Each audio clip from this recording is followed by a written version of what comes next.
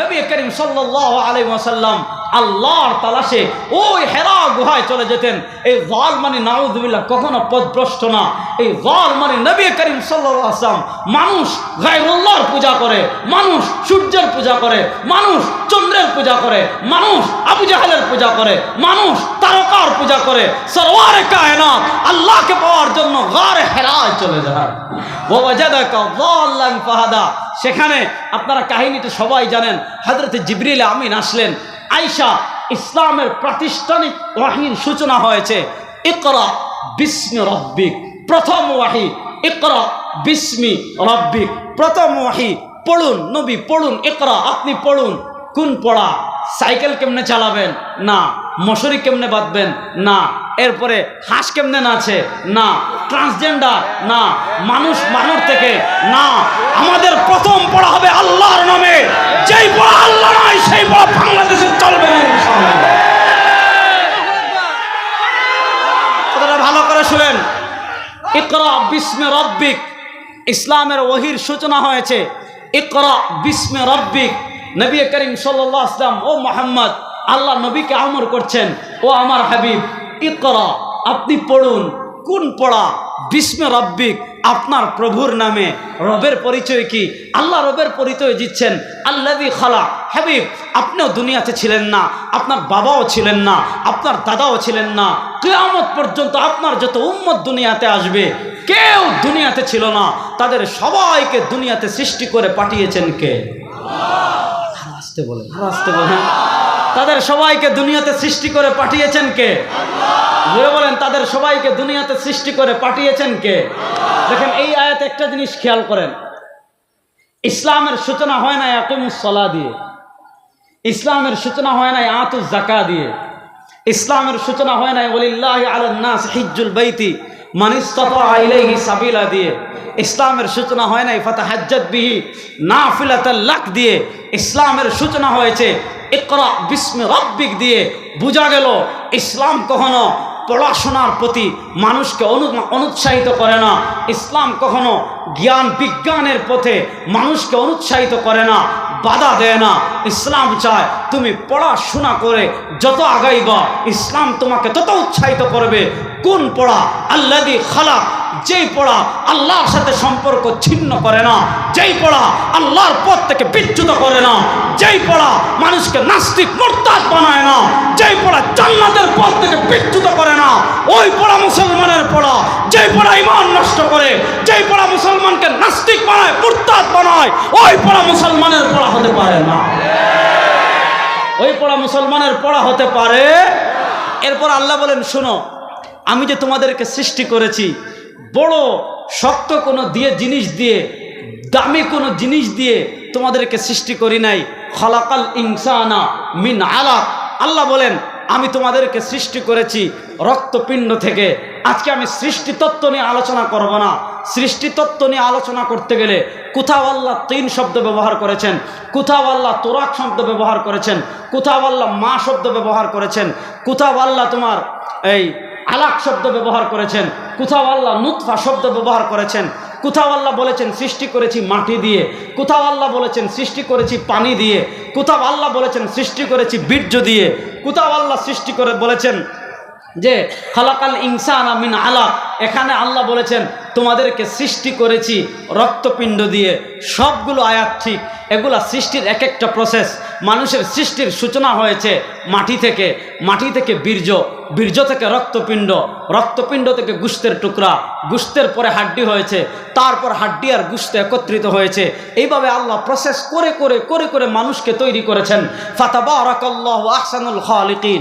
এত সুন্দর করে মানুষকে সৃষ্টি করেছেন কে? বড় আস্তে বললেন। আপনারা আমার কথা শুনে আরাম পাচ্ছেন না, ঠিক না? তাহলে একটু কথা বলেন, মানুষকে এত সুন্দর করে সৃষ্টি করেছেন কে? দেখেন আমি আজকে সৃষ্টিতত্ত্ব নিয়ে কথা বলবো না। সৃষ্টিতত্ত্ব নিয়ে আমার স্বতন্ত্র অনেক আলোচনা আছে, আপনারা হয়তো শুনেছেন। যারা শুনেন না এগুলা নিয়ে আমাদের দেশে মারামারি হয় যে মানুষ কি মাটির থেকে না পানি থেকে, নবী কোথা থেকে, মাটি থেকে না নূর থেকে। সে আলোচনায় আজকে আমি যাব না। এই টপিকে আমার অসংখ্য আলোচনা আছে, কোনটা সহি কোনটা ভেজাল, কোনটা জাল, কোনটা মুনকার, কোনটা আইম্মায়ে কেরামের এ ব্যাপারে মতামত কি, এই টপিকে আমার প্রচুর আলোচনা আছে, আপনারা সুযোগ পাইলে শুনে নিয়েন। আজকে আমি যে টপিকে কথা বলবো সে টপিক হলো ইকরা বিস্মি রাব্বিক আল্লাযী খালাক। যে আল্লাহ বলেন, হাবিব আপনি পড়ুন। কোন পড়া? বিস্মি রাব্বিক, আপনার রবের নামে। রবকে? আল্লাযী খালাক, যিনি আপনাকে সৃষ্টি করেছেন। এই টপিকে বলার আগে আমি আপনাদেরকে একটু পিছনে নিয়ে যাই। বর্তমান যে স্পেন নামক একটা রাষ্ট্র আছে, আমি আপনাদের সামনে দুইটা জাতির ইতিহাস তুলে ধরবো। একটা হলো স্পেন, একটা হলো তুরস্ক, আর একটা হলো ভারত উপমহাদেশ। এই তিনটা ইতিহাস আমি টেনে পিছন থেকে আনবো, তাহলে আপনারা বুঝবেন একটা জাতির উত্থান হয় কখন, একটা জাতির পতন হয় কখন, একটা জাতির শিকড়ের সাথে সম্পর্ক ছিন্ন হয়ে যায় কখন, একটা জাতিকে ইতিহাস থেকে অত্যাচার করে জুলুম করে শিকড় থেকে বিচ্ছিন্ন করা যায় না কখন। এই আজকের আলোচনাটা যদি এই টপিকের কথাগুলো বুঝেন, আশা করি বাস্তবতা আপনাদের কাছে স্পষ্ট হয়ে যাবে। দেখেন, স্পেনে ইসলামের পতাকা উড়িয়েছিলেন। যখন আজকে স্পেনের যে পাহাড়টাকে বলে জিব্রাল্টার, ওটা মূলত জাবালুত তারিক, তারিক বিন জিয়াদ প্রাতিষ্ঠানিকভাবে স্পেন বিজয় করেছিলেন। আপনারা জানেন, আজকে ওরিয়েন্টালিস্টদের কারণে প্রকৃত ইতিহাস আমরা জানি না, বুঝি না, জানার চেষ্টাও করি না। কারণ আজকে আমাদের যে প্রজন্ম, এই প্রজন্ম অনলাইন গেমস নির্ভর, এই প্রজন্ম ফেসবুক নির্ভর, এই প্রজন্ম গুগল নির্ভর, এ প্রজন্ম ইউটিউব নির্ভর। এজন্য তারা কোন প্লেয়ার কোন ক্লাবে খেলে এটা বলতে পারে, কোন দেশ কতবার বিশ্বকাপ নিয়েছে সেটা বলতে পারবে, কোন প্লেয়ার কতবার বিশ্বকাপে অংশগ্রহণ করেছে এগুলো তারা বলতে পারবে। কিন্তু স্পেনের ইতিহাস, স্পেনে কে স্পেনকে শিক্ষিত বানিয়েছে, কে ইউরোপে জ্ঞান বিজ্ঞানের আলো জ্বালিয়েছে? এই ইউরোপিয়ানরা ছিল পৃথিবীর সবচেয়ে অসভ্য জাতি। এই ইউরোপিয়ানরা ছিল পৃথিবীর সবচেয়ে অসভ্য জাতি। শুনেন, এরা কতটা অসভ্য ছিল, তরকারি যে রান্না করে খেতে হয়, এটা ইতিহাস আছে। আপনি যদি প্রমাণ দেন আমার থেকে আসবেন, আমি দিব। যদি আরবি ইতিহাস বুঝেন, আপনারা মনে করেন ইংলিশ 2-3 পৃষ্ঠা পড়ে ইতিহাস সব জেনে গেছেন, ব্যাপারটা এমন না। আরবি ইতিহাস বুঝেন, আরবি ইতিহাস দেখাবো। ইংরেজি ইতিহাস বুঝেন, ইংরেজি দেখাবো। উর্দু বুঝতে চাইলে উর্দু দেখাবো। যেই ভাষায় বুঝতে চান বুঝাবো। শুনেন, এই ইসলাম যাওয়ার আগে ইউরোপিয়ান এরা কতটা অসভ্য ছিল, এরা কতটা বর্বর ছিল। এরা তরকারি রান্না করে খেতে হয় জানতো না, তরকারিতে মশলা দিতে হয় জানতো না, এরপর গোশত রান্না করে খেতে হয় জানতো না, বাথরুমে প্রাকৃতিক প্রয়োজন পূর্ণ করতে হয় জানতো না। এরা এতটা অসভ্য বর্বর জঙ্গলি ছিল। ইউরোপে জ্ঞানের মশাল জ্বালিয়েছে মুসলমানরা, ইউরোপে সভ্যতার মশাল জ্বালিয়েছে মুসলমানরা, ইউরোপে সব কিছুর আলোর মশাল জ্বালিয়েছে মুসলমানরা। এখন যদি ইউরোপিয়ানরা এটা স্বীকার না করে, তাদের তো বড় নিমক হারাম আল্লাহর জমিনে আর কেউ নাই। তাদের চেয়ে বড় নিমক হারাম আল্লাহর জমিনে আর কেউ। আজকের কর্ডোবা বর্তমান পৃথিবীর সবচেয়ে বড় আলেম। খুব মনোযোগ দিয়ে যুবক ভাইরা কথাগুলো শুনবেন। মৌলানা সিদ্দিকী সাহেবের মাহফিলে আসছেন, কথাগুলো শুনে যাবেন। বর্তমান পৃথিবীর সবচেয়ে বড় আলেম আমার দৃষ্টিতে। আমার সাথে আপনি একমত নাও হতে পারেন, নাও হতে পারেন, হতেও পারেন, নাও হতে পারেন। আমি আমার দৃষ্টিভঙ্গিতে বললাম, বর্তমান পৃথিবীর সবচেয়ে বড় আলেম শেখুল ইসলাম জাস্টিস মুফতি মোহাম্মদ তাকি উসমানী হাফিজাহুল্লাহ। উনার সফরনামা আছে জাহানে দিদা, উনার সফরনামা আছে দুনিয়া মেরে আগে, উনার সফরনামা আছে সফর দের সফর, উনার সফরনামা আছে খুতবায়ে দাওরায়ে হিন্দ। এগুলো মাকতাবাতুল আজহার থেকে আমাদের উবায়দুল্লাহ মামা সবগুলো একসাথে শেখুল ইসলাম তাকি উসমানীর সফরনামা। যারা দায়ী আছেন তারাও পড়বেন, যারা মুসলমানদের ইতিহাস জানতে চান তারাও পড়বেন, যারা ইসলামী সমাজ বিনির্মাণের স্বপ্ন দেখেন তারাও পড়বেন। শেখুল ইসলাম জাস্টিস মুফতি মোহাম্মদ তাকি উসমানীর সফরনামার একটা পার্ট আছে জাহানে দিদা। সেখানে তিনি অমুসলিম দেশে মুসলিম পর্যটক, অর্থাৎ যেই রাষ্ট্রগুলো বর্তমান মুসলমানদের অধীনে না সেই রাষ্ট্রগুলোতে তার সফরনামা তিনি লিখেছেন, স্পেনের ইতিহাস লিখেছেন। তিনি বলেন, আজকের কর্ডোবা জ্ঞান বিজ্ঞানের নগর। কর্ডোবাকে জ্ঞান বিজ্ঞানের নগরী বানিয়েছিল মুসলমানরা। গ্রানাডাকে পৃথিবীতে পরিচিত করেছিল মুসলমানরা। আলহামরা বানিয়েছিল মুসলমানরা। শেখুল ইসলাম তাকি উসমানী বলেন, আমি যখন স্পেন সফরনামায় গেলাম, আমি যখন কর্ডোবার রাজপথ দিয়ে হাঁটি, আমি যখন মাদ্রিদের রাজপথ দিয়ে হাঁটি, আমি যখন বার্সেলোনার রাজপথ দিয়ে হাঁটি, আমি যখন গ্রানাডার রাজপথ দিয়ে হাঁটি, স্পেনের রাস্তা দিয়ে আমি যখন হাঁটি, রাস্তার পাশে পাহাড়ে দেখি বিশাল বিশাল গির্জা। শেখুল ইসলাম তাকি উসমানী বলেন, আমি যখন ওই গির্জার দিকে তাকাই, শেখুল ইসলাম তাকি উসমানী বলেন, আমি আর নিজেকে নিয়ন্ত্রিত করতে পারি নাই। কেন? ওই গির্জার পাশে দেখলাম বিশাল বিশাল, যে গির্জা দেখি না কেন গির্জার পাশে দেখি বিশাল বিশাল এক একটা মিনারা দাঁড়িয়ে রয়েছে। শেখুল ইসলাম তাকে উসমানী বলেন, আমি দেখতে পেলাম আমি আমার অন্তর দৃষ্টি দিয়ে দেখলাম ওই মিনারাগুলো আমাকে অভিশাপ দিচ্ছে আর পাথর দিয়ে আঘাত করে বলছে, ও তাকে উসমানী, আজকে তুমি পিকনিক করতে আসছো, আজকে তুমি ঘুরতে আসছো। আমি তো গির্জা ছিলাম না, আমি তো ছিলাম মসজিদ। আমার বুকে কত আল্লাহর বান্দা সিজদা দিয়েছিল, আমার বুকে কত আল্লাহর বান্দা নামাজ পড়েছিল। আজকে তোমরা ইসলাম বলে গিয়েছিলে, ইসলামের আদর্শ বলে গিয়েছিলে, আজকে খ্রিস্টানরা স্পেন দখল করে পুরা স্পেনের সব মসজিদকে তারা গির্জা বানিয়ে নিয়েছে।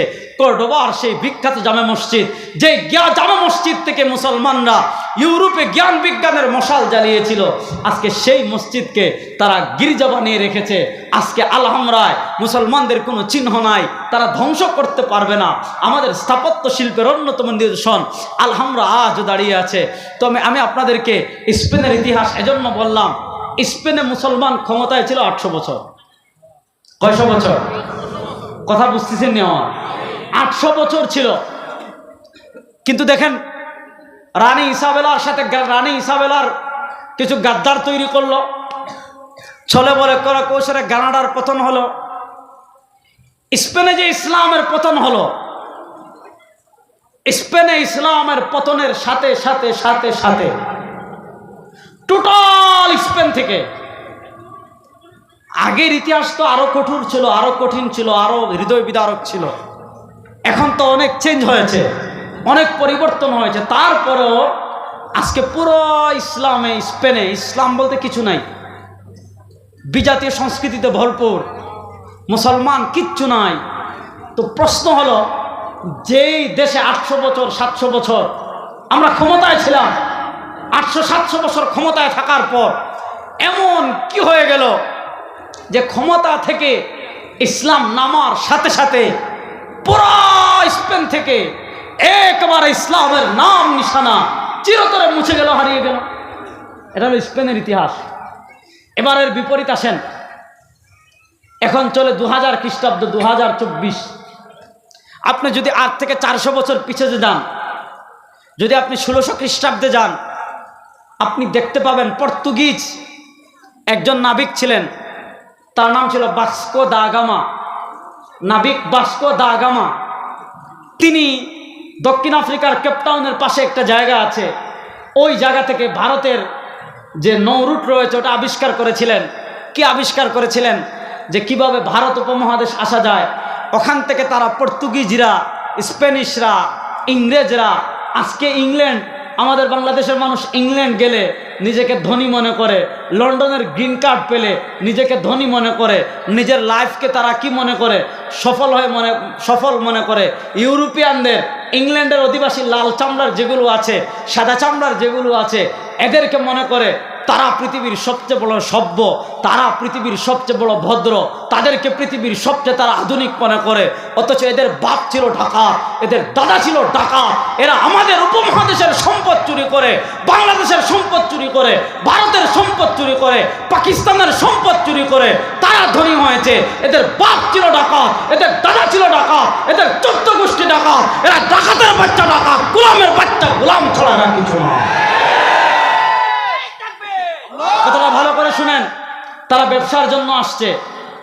নাবিক বাস্কো দা গামা পথ বের করেছে, তারা ব্যবসার জন্য এসেছে।